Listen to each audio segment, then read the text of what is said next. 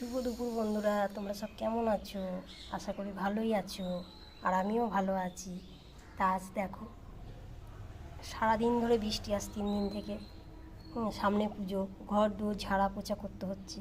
তো দুপুরবেলা রান্না করতে আর ভালো লাগছে না, কী করবো বলো? দিয়ে ছেলে বললো, মা আজকে তরকারি ফরকারি করতে হবে না, আজকে মা 3টে থেকে পড়া, তোমার রান্না করতেও দেরি হবে, তো চলো খিচুড়ি করে দাও। তো খিচুড়ি করেছি। তো খিচুড়ির সঙ্গে কী কী মেনু করেছি দেখবে চলো। খিচুড়ির সঙ্গে প্রথমেই দেখাই, দেখো চাটনি, টমাটোর চাটনি, দেখছো? খিচুড়ির সঙ্গে একটু চাটনি না হলে জমে না, তাই না?